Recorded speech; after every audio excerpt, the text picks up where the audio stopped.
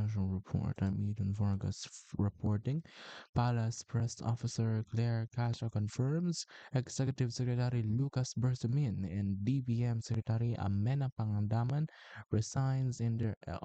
have tendered their resignation, and President Ferdinand Marcos Jr. has accepted that resignation.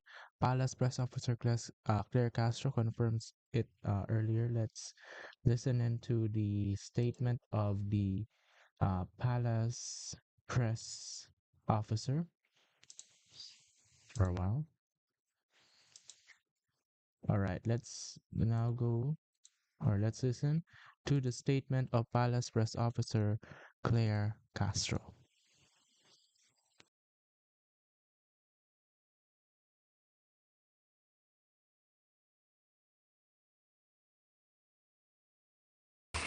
To ensure continuity and enforce the administration's governance agenda, President Marcos has appointed Department of Finance Secretary Ralph Recto as the new Executive Secretary.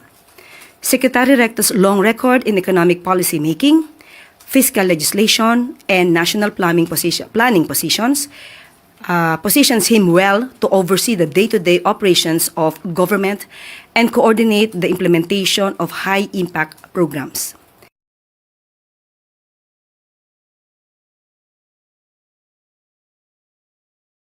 All right, so we've heard that statement. Hanapin lamang natin yung isa pang statement, but so far that's the statement given by Palace Press Officer Claire Castro regarding the resignation of Executive Secretary Lucas Bersamin and DBM Secretary Amena Pangandaman, in which President Marcos already accepted it, and this resignation happens in the middle of the continuing program in the Iglesia ni Cristo. Tuloy-tuloy pa rin ho yung ginagaganap hong rally ng INC doon ho sa Luneta.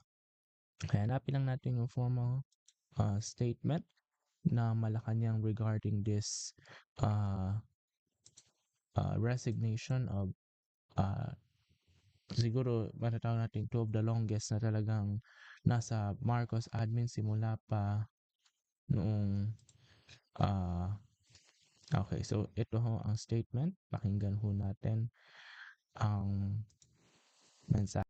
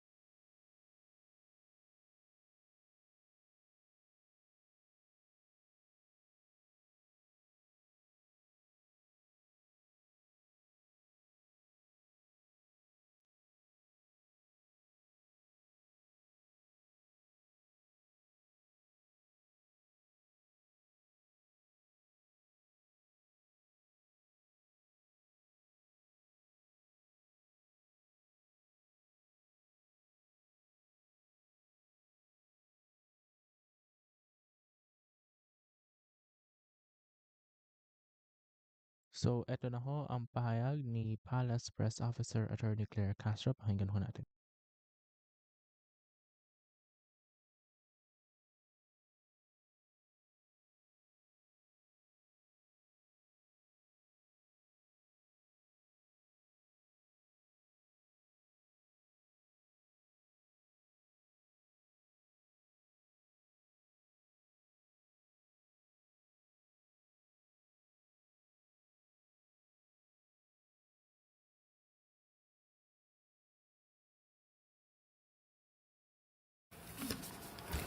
President Marcos accepts resignation of Executive Secretary Lucas P. Bersamin and Budget Secretary Amena Pangandaman. President Ferdinand R. Marcos Jr. has formally accepted the resignations of Executive Secretary Lucas P. Bersamin and Department of Budget and Management Secretary Amena Pangandaman. Both officials respectfully offered and tendered their resignations out of delicadeza.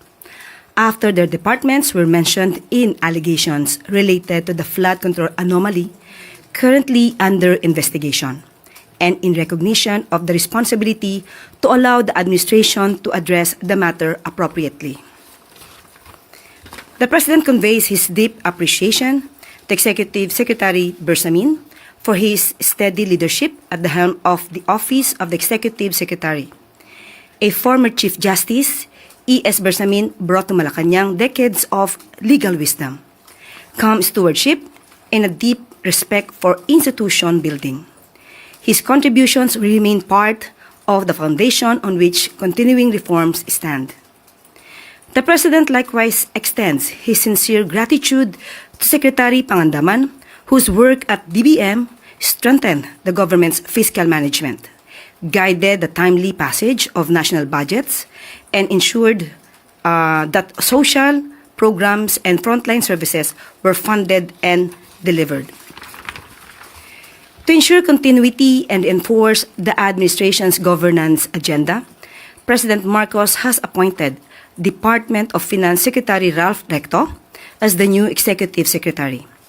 Secretary Recto's long record in economic policy making, fiscal legislation, and national planning positions positions him well to oversee the day-to-day operations of government and coordinate the implementation of high-impact programs.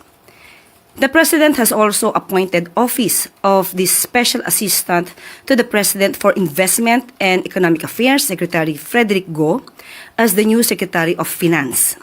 Secretary Go has played a central role in advancing investments, strengthening investor confidence, and aligning economic initiatives across agencies.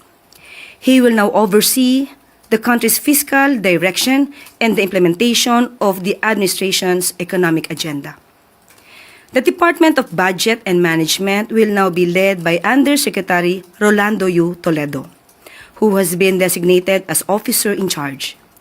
As head of the Budget Preparation and Execution Group, OIC Toledo brings extensive technical expertise in national budgeting, fiscal transparency, and budget execution. His designation ensures uninterrupted operations as the government prepares for the rollout of next year's budget, ongoing recovery efforts in disaster-affected regions, and the continued funding of social and economic programs. These leadership changes reinforce the President's commitment to strengthening institutions, improving coordination across government, and keeping the administration focused on delivering stability, opportunity, and security to Filipino families. The Office of the President assures the public that all agencies will continue to operate without interruption and with the same commitment to effective governance and public service. Yan po ang anunsyo sa araw na ito. So napakinggan ho natin ang pahayag ni Palace Press Officer Attorney Claire Castro again. Nag-resign na ho si DBM Secretary Amena Pangandaman at Executive Secretary Lucas P. Bersamin. Sila ho ay nakatak ng palitan na Finance Secretary Ralph Recto bilang Executive Secretary at si Undersecretary Rolando U. Toledo ang magiging pansamantalahong officer in charge ng Department of Budget Management, habang si Frederick Go, Presidential Advisor Frederick Go, ang itatalaga ho munang Finance Secretary.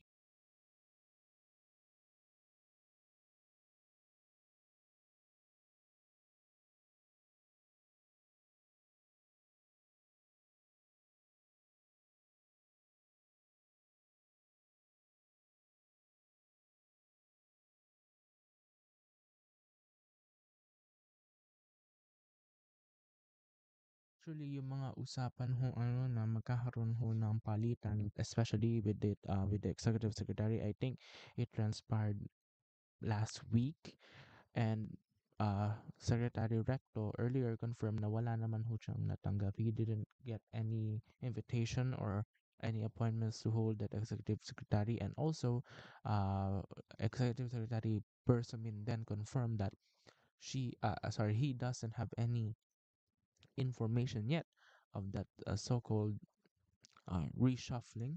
And then, but out of delicadeza, as said by Undersecretary Claire Castro, that that Executive Secretary Bersamin and DBM Secretary Pangandaman resigned because of out of delicadeza after they were mentioned, or their departments were mentioned in the in this flood control mess that right now, as Yusef Claire said, still under investigation.